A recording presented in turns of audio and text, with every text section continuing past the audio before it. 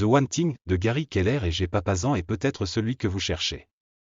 Ce livre est une lecture incontournable pour tous ceux qui cherchent à améliorer leur productivité, leur concentration et leur efficacité. Les auteurs, Gary Keller et Jay Papasan, sont des experts dans le domaine de l'immobilier et ont également créé une entreprise qui est devenue l'une des plus importantes dans leur domaine. Ils ont écrit ce livre pour partager les leçons qu'ils ont apprises tout au long de leur parcours et pour aider les gens à réaliser leur propre potentiel. The One Thing est un livre qui vous aide à identifier une chose, la plus importante que vous pouvez faire pour atteindre vos objectifs, et à vous intégrer au-dessus de manière obsessionnelle. Les auteurs ont interviewé des centaines de personnes prospères dans différents domaines et ont découvert que la clé de leur succès est de se concentrer sur une seule chose à la fois. Ils expliquent comment vous pouvez appliquer cette philosophie dans votre vie personnelle et professionnelle et comment cela peut vous aider à obtenir des résultats incroyables. En lisant The One Thing, vous apprendrez comment identifier une chose. Établir des priorités et gérer efficacement votre temps. Éviter les distractions et rester concentré sur votre objectif. Atteindre vos objectifs plus rapidement et avec moins de stress. The One Thing est un livre qui peut changer votre vie. Les auteurs fournissent des conseils pratiques et éprouvés pour vous aider à vous concentrer sur l'essentiel et à réaliser vos rêves. Si vous cherchez un livre qui peut vous aider à améliorer votre productivité et votre efficacité, The One Thing est un excellent choix. Je vous souhaite une bonne écoute. Première idée de clé. L'art de poser les bonnes questions est essentiel pour déterminer la qualité des réponses que l'on obtiendra dans notre vie, selon Gary Keller. Il propose une question fondamentale qui peut changer notre perspective. Quelle est la chose essentielle que je dois faire pour que, une fois celle-ci accomplie, toutes les autres deviennent plus faciles? Cette question peut sembler simple, mais elle est puissante. Elle incite à la réflexion et à l'action. En répondant à cette question, on peut identifier la tâche la plus importante et la plus efficace à accomplir, qui aura un effet domino sur toutes les autres actions à venir. C'est une technique de priorisation qui permet de simplifier une situation complexe en se concentrant sur l'essentiel. En se focalisant sur une seule action clé, on peut résoudre de nombreux problèmes en une seule fois, sans avoir à traiter chaque détail individuellement. En résumé, poser la bonne question peut être la clé pour atteindre nos objectifs et améliorer notre vie. Trouver la réponse à la question fondamentale de Gary Keller peut conduire à des changements significatifs et durables dans notre vie. Osez penser grand et soyez spécifique. Si vous vous contentez de poser des petites questions, vous réussirez de petites réponses. Si vous avez l'impression que votre vie est trop limitée, c'est peut-être parce que vous pensez trop petit. Il est temps de voir les choses en grand. Vous avez sûrement déjà entendu les arguments négatifs, c'est trop difficile, c'est trop risqué, ça coûte trop cher, etc. Mais ne vous laissez pas décourager. Penser grand est une habitude qui s'acquiert avec le temps et la pratique. Pour poser une grande question, il faut d'abord réfléchir à la chose unique qui peut résoudre votre problème. Cette réflexion doit vous amener à poser une question ambitieuse, mais suffisamment précise pour être comprise clairement et pour atteindre un objectif concret. Par exemple, comment vendre plus? C'est une question trop vague. En revanche, comment doubler mes ventes en 6 mois est une question ambitieuse et spécifique. Elle permet de définir un objectif clair, mesurable et réalisable dans le temps. La réponse à cette question doit être une action concrète qui vous permettra d'atteindre votre objectif avec moins d'efforts. N'oubliez pas que la clé du succès est de penser grand et d'être spécifique. Trouvez le cap qui dirige vos actes. Pour avancer dans la vie, il faut savoir où l'on veut aller. Et pour cela, il faut savoir répondre à la question suivante, quel est mon mais ultime? C'est-à-dire, qu'est-ce qui est le plus important pour vous, ce que vous souhaitez plus que tout réaliser dans votre vie? Mais comment atteindre votre but ultime? La réponse est simple, il faut se concentrer sur la chose unique à faire dès maintenant. Puis sur celle à faire dans la journée, la semaine, le mois, l'année et même dans les 5 prochaines années. En répondant à ces questions, vous définissez une priorité qui doit passer avant toutes les autres. En définissant votre but ultime, vous saurez exactement ce dont vous avez besoin pour l'atteindre. Si vous avez besoin de nouvelles compétences, de nouveaux outils ou de nouveaux contacts, vous pourrez y répondre avec plus de détermination. Le fait d'avoir un but clair et précis vous permettra de savoir quelles actions sont essentielles pour y parvenir, et ainsi, supprimer les actions qui ne le sont pas. Alors, prenez le temps de définir votre but ultime, cela vous aidera à prendre la bonne direction pour avancer dans la vie. Atteignez votre but ultime en répondant aux questions cruciales. Demandez-vous, quelle est la plus importante à faire pour parvenir à mon but ultime? Cette méthode fonctionne également pour identifier vos objectifs à court, moyen et long terme qui vous permettront d'atteindre votre but final. Cette technique de questionnement vous permet de diviser votre projet en étapes claires et de voir l'image globale. C'est là que réside la clé de l'efficacité. Une autre astuce consiste à écrire vos objectifs sur du papier et à les garder sous les yeux le plus souvent possible. Des études ont montré que les gens qui écrivent leurs objectifs ont beaucoup plus de chances de les atteindre. La leçon à retenir de cette méthode est que vos objectifs doivent être à la fois ambitieux et précis. Posez la question fondamentale, quelle est la chose la plus importante à faire, vous aide à les identifier avec précision. Plus vous avez une vision claire de votre but, plus il est facile de déterminer les actions à entreprendre pour l'atteindre, vous permettant de tracer la voie vers le succès. Deuxième idée clé. Le succès est le fruit d'une série d'actions couronnées de succès. Mais comment créer cette série et se motiver pour atteindre l'objectif final? La clé est de choisir l'action la plus importante et de la mettre au centre de vos efforts. Imaginez une chaîne de dominos, en poussant le premier, vous créez une réaction en chaîne qui vous mènera à l'objectif final. Pour réussir, vous devez vous concentrer sur cette première action cruciale qui entraînera toutes les autres. Cela demande une focalisation extrême, mais cela peut vous mener loin. Regardez des exemples comme Apple, KFC, Starbucks ou Google. Chacune de ces entreprises s'est concentrée sur un seul produit à la fois, mais a utilisé le succès de chaque produit pour en lancer un autre encore plus réussi. En appliquant une action clé et en la mettant au centre de vos efforts, vous pouvez créer une dynamique qui vous mènera vers le succès. Alors, quelle est cette action clé pour vous? Quel est votre premier domino? Trouvez-le et concentrez-vous dessus. Tout le reste suivra. Maximisez votre productivité. Si vous voulez vraiment réussir, il ne suffit pas de vous concentrer sur l'action la plus importante. Vous devez également être productif.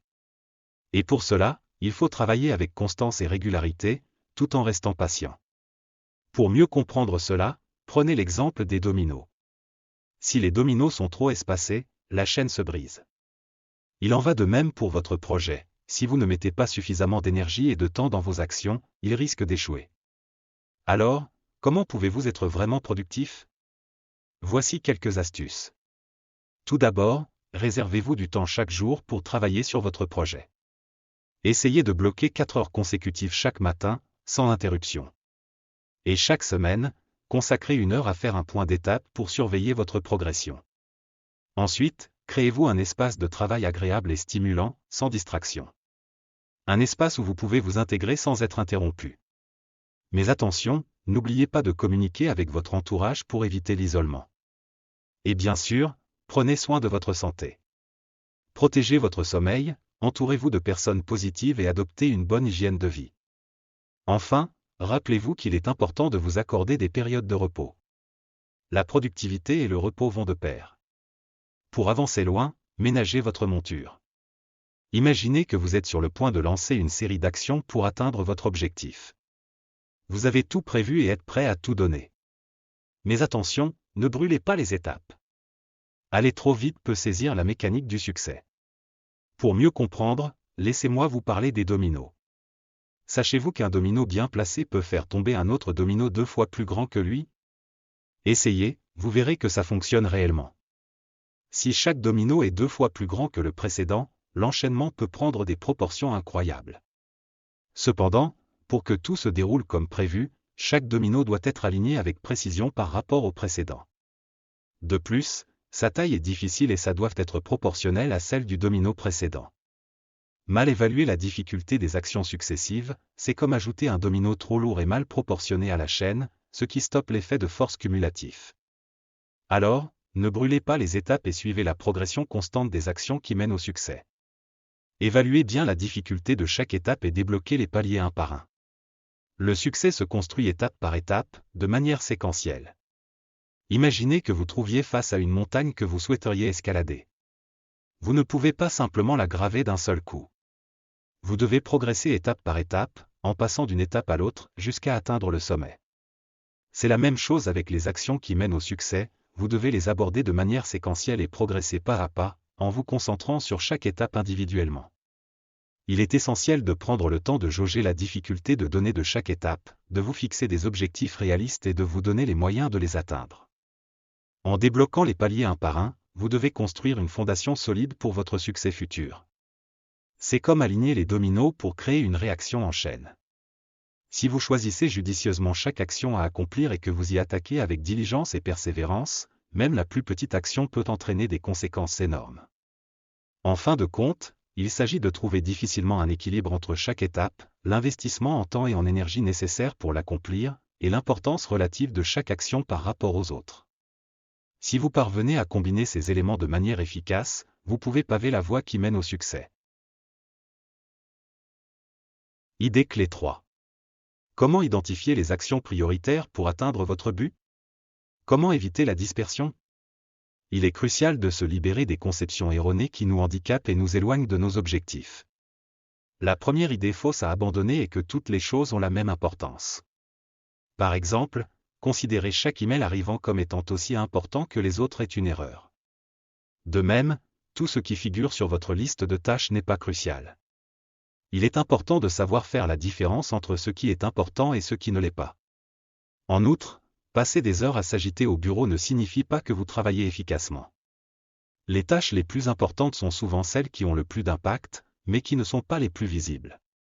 En adoptant la méthode de la chose unique, vous allez vous rendre compte que certaines de ces conceptions erronées sont à abandonner pour pouvoir avancer efficacement vers vos objectifs. Optimisez sa liste de tâches pour se concentrer sur l'essentiel. Les listes de tâches peuvent rapidement devenir une source de stress et de confusion, surtout lorsqu'elles ne sont pas bien constituées.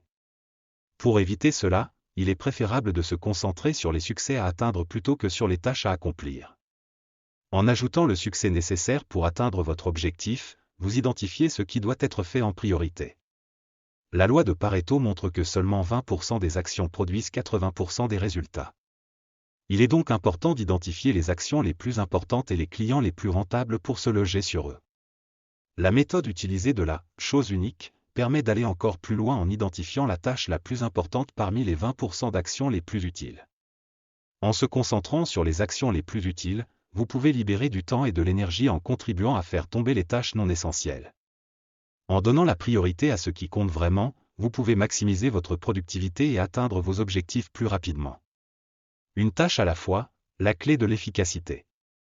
L'un des plus grands malentendus qui nous retiennent est la croyance selon laquelle être capable de gérer plusieurs tâches en même temps est une compétence précieuse pour les employeurs. Cependant, cette approche du multitâche est une grave erreur qui nuit à notre productivité. En effet, passer d'une tâche à une autre épuise notre cerveau et augmente les risques d'erreur et d'échec. Il est plus judicieux de concentrer notre attention sur une seule chose importante à la fois. Des études scientifiques ont même prouvé que pour le cerveau, interrompre une tâche puis la reprendre est équivalent à recommencer cette tâche de zéro. Il est donc préférable de se consacrer entièrement à une tâche pour obtenir de meilleurs résultats. Il est important de comprendre que le multitâche est un mythe persistant qui nuit à notre productivité. Il est plus efficace de se concentrer sur une tâche importante et de limiter les interruptions autant que possible. Par exemple, saviez-vous que tenir une conversation au téléphone réduit la concentration de 40%? Il en va de même pour notre travail. Pour être efficace sur la durée, nous devons nous concentrer sur une tâche à la fois et éviter les distractions. En limitant les interruptions et en se concentrant sur une seule tâche à la fois, nous pouvons travailler plus efficacement et de manière plus productive. Optimisez votre motivation. Sachez-vous que votre volonté est semblable à un muscle? Elle s'épuise progressivement au cours de la journée, à chaque sollicitation. Les distractions, les contrariétés, les tâches qui ne vous plaisent pas. Toutes ces demandes correspondent à votre capital de motivation. Pour économiser votre volonté, isolez-vous et limitez les interruptions. Cela vous permettra de concentrer votre énergie sur une seule tâche importante à la fois. Il est essentiel de travailler sur votre chose unique le matin, lorsque votre motivation est au plus haut. Votre alimentation est également un facteur crucial. Une carence en glucides et en protéines réduit votre volonté, car votre corps priorise les fonctions vitales. Dans ce cas, le cerveau se repose sur les habitudes antérieures, plus faciles à gérer. Prenez donc soin de votre alimentation. Les meilleurs décideurs économisent leur volonté pour l'utiliser lorsque cela est essentiel. En revanche, dépenser votre volonté sans compter et ne pas la recharger vous mènera à l'épuisement et à la démoralisation. Apprendre à hiérarchiser est crucial. Investissez votre temps et votre énergie dans les actions qui ont le plus d'impact. Ce sont celles qui vous mèneront au succès. Évitez de disperser votre motivation dans des tâches secondaires. Essayez plutôt d'acquérir une mentalité qui vous permet d'atteindre vos objectifs. Quatrième idée clé. Mais comment intégrez-vous cette façon de penser dans votre propre vie? Beaucoup pensent que les gens qui réussissent sont simplement plus disciplinés, mais ce n'est pas toujours le cas.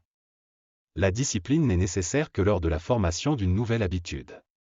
En moyenne, il faut environ 66 jours pour prendre une nouvelle habitude, période pendant laquelle la discipline joue un rôle crucial. Après cette période initiale, la discipline n'est plus requise. Alors pourquoi est-il si important de former des habitudes? Prenez par exemple les athlètes de haut niveau. Ils n'ont pas besoin de discipline pour courir ou nager tous les jours, c'est simplement devenu une habitude. C'est naturel et demande moins de motivation pour se lancer. La puissance des habitudes. Certaines personnes pensent que la réussite dépend de la discipline. Mais en réalité, la discipline n'est utile que pour instaurer une habitude. Après environ 66 jours de pratique, une tâche devient une habitude et ne nécessite plus d'effort ou de discipline. Les sportifs de haut niveau ne font pas preuve de discipline pour s'entraîner tous les jours, ils ont simplement créé une habitude. C'est devenu une routine naturelle, qui ne demande plus beaucoup de motivation. Dans notre vie personnelle et professionnelle, nous pouvons décider de nos habitudes. En consacrant un peu de temps et de volonté chaque jour à une tâche simple mais répétitive, comme réorganiser son bureau ou noter des rappels dans son agenda, cette tâche devient de moins en moins fastidieuse avec le temps. Le temps et l'énergie économisés grâce à ces habitudes pourraient alors être utilisés pour développer son expertise et devenir encore meilleur dans les domaines où l'on apporte le plus de valeur. Les bonnes habitudes sont de précieux alliés pour atteindre le succès à long terme. Atteindre la maîtrise de son domaine. Si l'on veut atteindre ses objectifs, il est crucial de chercher à maîtriser son domaine. Selon le psychologue Anders Ericsson, il faut en moyenne 10 000 heures de pratique pour devenir expert dans un domaine, soit environ 3 heures de pratique quotidienne pendant 10 ans. Cependant, la maîtrise ne doit pas être considérée comme une fin en soi, mais plutôt comme un parcours de développement continu. Cela exige un état d'esprit spécifique, qui vise la perfection et le dépassement de soi, également appelé l'état d'esprit du maître. Il est important de noter que l'on ne maîtrise jamais totalement un sujet. Les maîtres sont ceux qui s'efforcent constamment de s'améliorer, plutôt que de chercher à atteindre un niveau de perfection impossible à atteindre. Dans les arts martiaux, par exemple, les ceintures noires ne présentent pas un savoir fondamental différent de celle des ceintures blanches. Ce qui les différencie, c'est la répétition inlassable de gestes précis qui leur permet d'atteindre une créativité, une vitesse et une précision supérieures. Même les plus expérimentés dans leur domaine indiquent qu'ils ont encore beaucoup à apprendre, et cherchent à découvrir de nouvelles perspectives. C'est pourquoi le fondateur du judo, Jigoro Kano, a souhaité être enterré avec sa ceinture blanche, un symbole d'humilité et de reconnaissance de l'apprentissage permanent. Le temps passé à perfectionner ses compétences est crucial pour atteindre ses objectifs, mais cela ne suffit pas toujours. Adopter l'état d'esprit du maître peut aider à dépasser ses limites et à explorer de nouvelles façons d'atteindre ses buts. Ce changement de mentalité nécessite de modifier ses pensées, ses actions, et parfois ses relations, ce qui n'est pas facile. Cela implique de prendre la responsabilité de sa vie et de faire des choix difficiles, mais c'est une question d'habitude. L'établissement de bonnes habitudes permet de gagner du temps et de l'efficacité dans les domaines importants. La répétition et l'apprentissage continu aident à adopter l'état d'esprit du maître pour contrôler sa vie. Cinquième idée clé. Oubliez l'équilibre et cherchez le déséquilibre pour réussir. On nous répète souvent qu'il est essentiel d'avoir une vie équilibrée entre travail, famille, sport, loisirs, etc. Mais en réalité, cela ne mène qu'à la médiocrité. La réussite, elle, se trouve aux extrêmes. En cherchant le déséquilibre, vous pouvez mettre toute votre énergie dans les choses importantes qui comptent le plus pour vous. Si votre objectif professionnel nécessite un travail acharné, ne ménagez pas vos efforts pour atteindre vos objectifs. Ensuite, lorsque cette phase est terminée, dédiez-vous complètement à un autre domaine important pour vous, comme votre vie de famille ou vos amis. En priorisant les éléments essentiels dans chaque domaine et en vous focalisant au-dessus autant que nécessaire, vous pourrez mener une vie plus efficace et épanouissante. Ne cherchez pas l'équilibre, mais plutôt le déséquilibre pour réussir dans ce qui compte pour vous. Vivre sans regret, atteignez vos buts et soyez vous-même. Ne laissez pas les difficultés de la vie vous empêcher de réaliser vos rêves. Il est crucial d'agir pour atteindre les buts que vous êtes configurés. Les personnes en fin de vie regrettent souvent de ne pas s'être autorisées à être plus heureuses, d'avoir perdu le contact avec leurs amis, de ne pas avoir exprimé leurs sentiments et de ne pas avoir vécu leur vie à leur façon. Pour éviter ces regrets, il est important de connecter votre vie à vos besoins profonds, à ce que vous voulez vraiment. Ne laissez pas vos objectifs rester flous et vagues.